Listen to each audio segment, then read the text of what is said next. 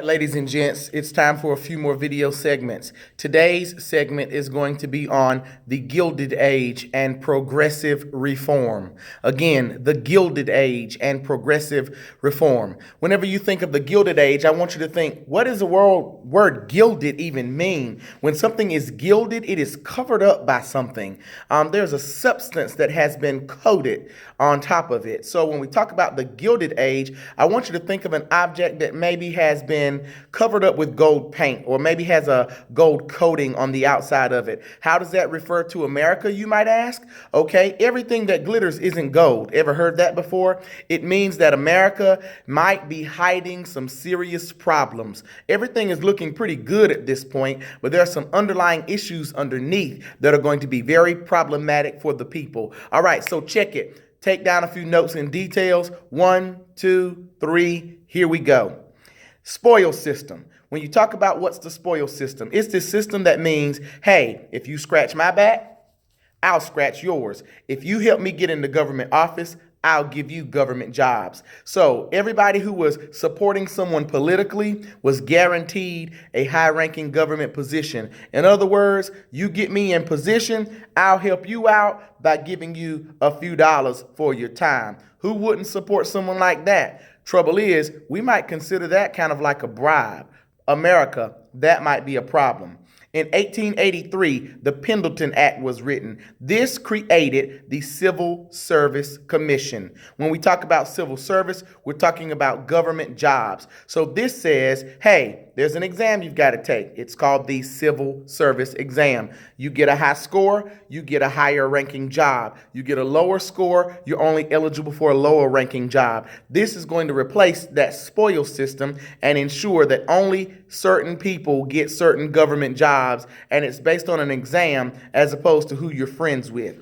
Unfortunately, when we talk about big cities, you've also got to think about big public works. You've got to think about lots of other things that are also included. Big business also means big corruption. Politicians, which we'll call bosses at this point in time, took advantage of people and businesses. How did they do it? They demanded more money for greater services. We know that everybody, for example, needs garbage and sanitation services. Everybody needs water. Everybody needs electricity. So you're going to have these bosses who come along and say, you pay me more money, I'll make certain you get trash or garbage collection. You pay me more money, I'll make sure you get the best of the best. You don't give me any money, you don't get any services. So it sucks to be a citizen in the big city during this time period because of people like William Boss Tweed, because they made mega money. In fact, history says that he cheated the citizens of New York out of over $2 million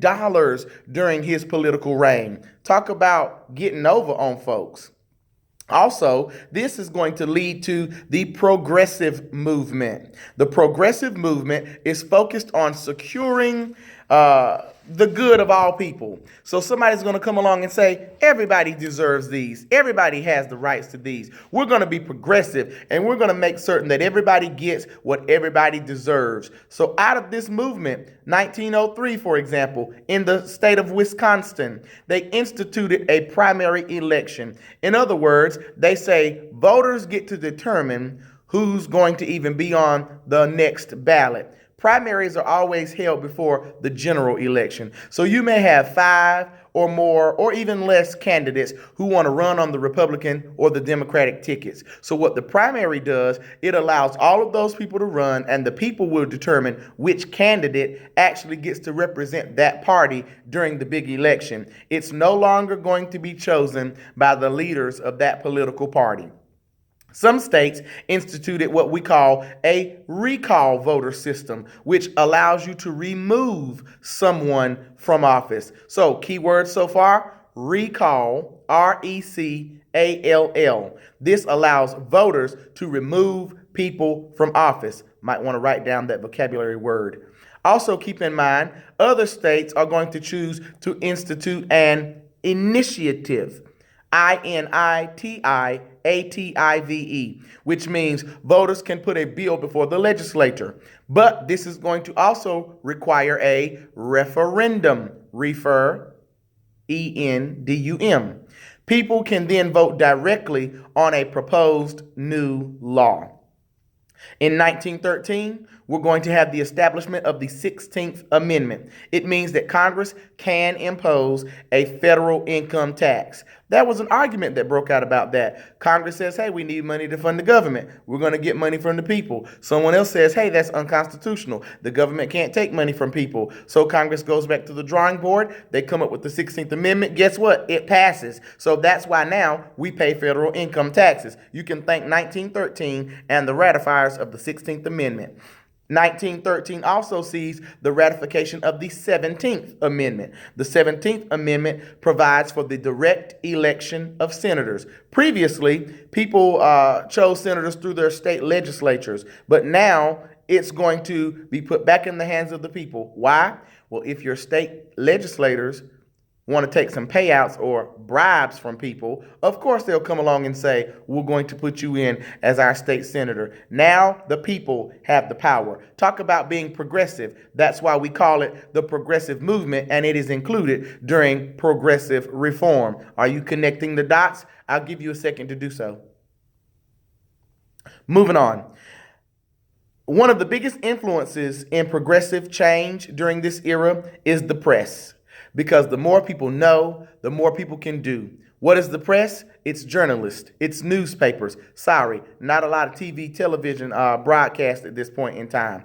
So these journalists who got this information to the people became known as muckrakers. That's another word you might want to write down. These muckrakers are considered crusaders because they're going to be the people who let the people know what they need to know and what corruption is going down in their cities, towns, neighborhoods, and in their local and state governments. And this is going to make people want to take back their power and regain control. Ladies and gentlemen, the Gilded Age and progressive reform. The words you ought to know include muckrakers, referendum, initiative, recall.